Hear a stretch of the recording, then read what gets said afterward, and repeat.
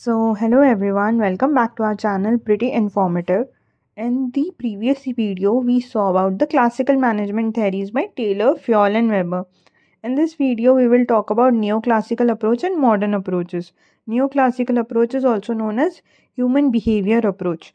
So, इस approach में क्या होता है ना, नियोक्लासिकल में वर्कर्स की ह्यूमन एंड सोशल नीड्स पर हम फोकस करते हैं and in modern approach scientific tool system and situational management के बारे में बात की जाती है.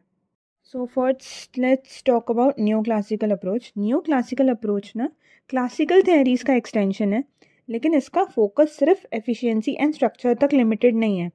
ये बताता है कि मैनेजमेंट के अंदर human behaviour, motivation and group dynamics को समझना बहुत ज़रूरी है. इसके दो मेजर पार्ट्स हैं, human relation theory and behavioural approach. पहले हम बात करते हैं ह्यूमन रिलेशन थेरीज पे. This was given by Elton Mayo. सबसे पहले ना, ये जो थेरीज हैं इन्होंने हॉथॉर्न एक्सपेरिमेंट्स पर बेस्ड हैं. इन एक्सपेरिमेंट्स ने प्रूव किया है कि प्रोडक्टिविटी सिर्फ मशीन्स और रूल्स से नहीं बढ़ती, बल्कि आपको सोशल एंड साइकोलॉजिकल फैक्टर्स को भी इक्वली इम्पोर्टेंस देना पड़ता है. इसका एक्सपेरिमेंट था इल्यूमिनेशन एक्सपेरिमेंट. पहले एक्सपेरिमेंट में लाइट बढ़ाई गई, फिर कम की गई. रिजल्ट आउटपुट हर सिचुएशन में इम्प्रूव हुआ है.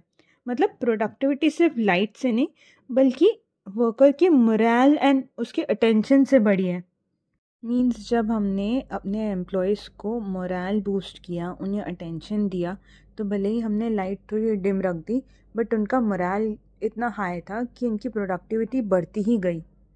अब इसके बाद ना जो नेक्स्ट स्टडी है और जो नेक्स्ट एक्सपेरिमेंट है वो तो और ही डिफरेंट है. उसमें क्या था, इसे कहते हैं relay assembly test room.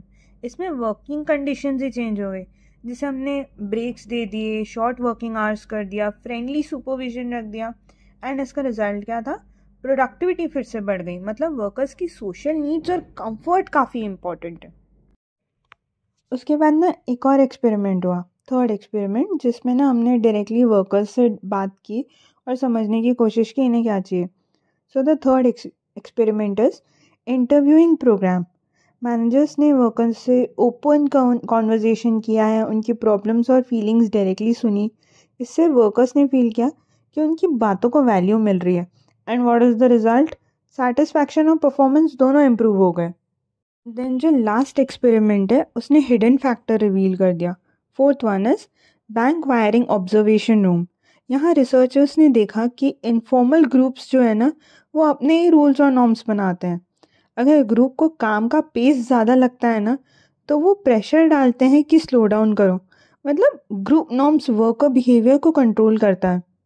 In short, ये जो ह्यूमन रिलेशंस थ्योरी है ना, इसने दिखाया कि प्रोडक्टिविटी के पीछे सिर्फ पैसा या मोटिवेशन नहीं, बल्कि कम्युनिकेशन एंड इनफॉर्मल ग्रुप्स भी काफ़ी इंपॉर्टेंट हो जाते हैं.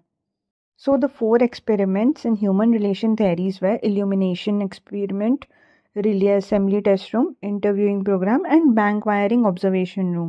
All of those tests had this final idea that productivity depends upon motivation, group norms, and supervision style. So now let's move on to the behavioral approach. Behavioral approach ने ना human behavior और motivation को एक detail study किया. यहाँ management में psychology और sociology का यूज़ हुआ है. इसमें first one is behavioural approach में Maslow's need hierarchy theory and then is McGregor's theory X and theory Y.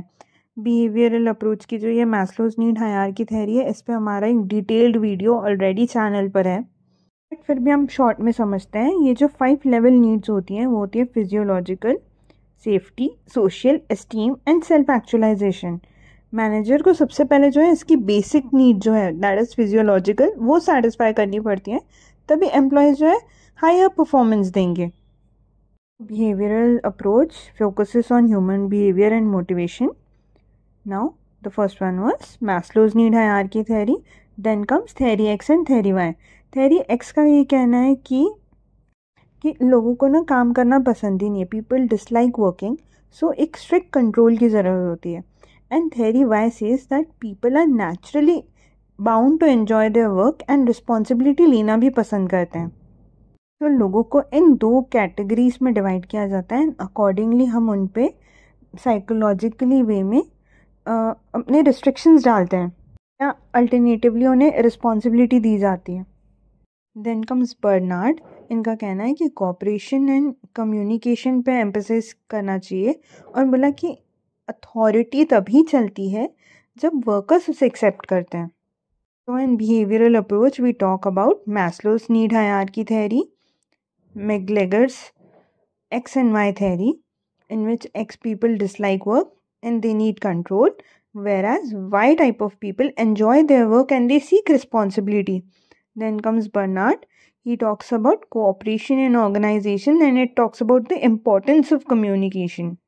The key idea behind this behavioral approach is that it emphasis on motivation, leadership, communication and participation.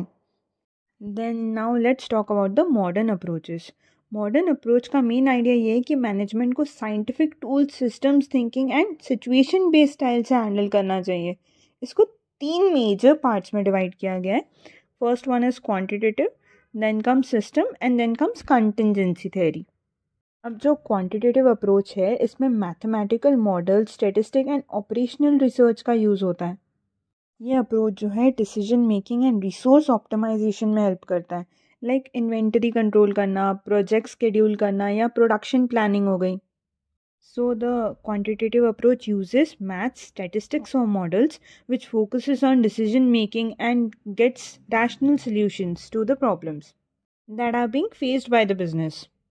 अब systems approach के ऊपर बात करते हैं। System approach कहता है कि organisation एक ओपन सिस्टम है जो इनपुट्स लेता है और उन्हें प्रोसेस करके उस हिसाब से आउटपुट्स देता है। मींस सिस्टम के अंदर मल्टीपल सब सिस्टम्स होते हैं, टेक्निकल सब सिस्टम, सोशल सब सिस्टम एंड पावर सब सिस्टम। अब टेक्निकल सब सिस्टम क्या है? जो नॉलेज एंड टेक्नोलॉजी पे बेस्ड है, ये टूल्स का यूज़ करता है। सोशल जो है वो कहता है इंडिविजुअल ग्रुप्स एंड रिलेशनशिप्स पे फोकस करता है, एंड जो पावर है वो अथॉरिटी और इन्फ्लुएंस पे फोकस करता है। इसका सीधा सीधा मतलब ये होता है कि भाई सिस्टम अप्रोच का कहना है आप अपने मन से जैसे हमारे इनपुट्स होंगे अकॉर्डिंगली हम उसे प्रोसेस करेंगे, जैसा हमारे पास काम होगा अकॉर्डिंगली हम उस हिसाब से प्रोसेस करके एक आउटपुट प्रोडक्ट सॉल्व कर देंगे। लाइक जैसे हमारे पास टेक्निकल होगा उसे हम प्रोसेस करेंगे, सोशल सब सिस्टम होगा जिस तरह के हमारे पास लोग होंगे उस हिसाब से हम अथॉरिटी और इन्फ्लुएंस के हिसाब से सब पार्ट्स को एक दूसरे से कनेक्ट करते हुए प्रोडक्टिविटी देंगे। अगर एक भी पार्ट डिस्टर्ब होता है, ये सब सिस्टम्स में से एक भी डिस्टर्ब होता है, तो उसका इम्पैक्ट पूरे काम पर पड़ता है। So the system approach says that an organization is an open system. It uses its inputs, it processes them and then gives output. It is divided into 3 subsystems that are technical, social and power system. They are all interdependent on each other and they interact with the environment accordingly. इसके बाद आता है contingency approach.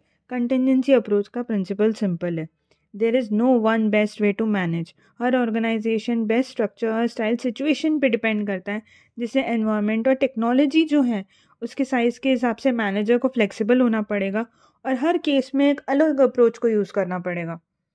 So the contingency approach says that there are no universal principles to manage an organization. The best technique depends upon the situation and a manager must adapt to the environment, technology and size of the organization. So in conclusion, we can say that the neoclassical approach focuses on human needs and social aspects.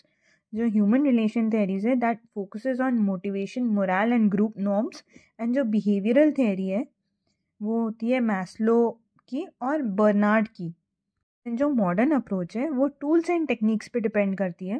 Quantitative जो है वो maths and models हैं, system जो है वो organisation को एक open system मानती है, एंड जो कंटिजेंसी थ्योरी है वो depends on the situation and accordingly we will act. तो ऐसे मैनेजमेंट थ्योरीज का जो है वो एवोल्यूशन हुआ है, पहले क्लासिकल थ्योरी आई, फिर new classical, then came the modern theory. So thank you for watching the video. Do subscribe to the channel for more such educational content.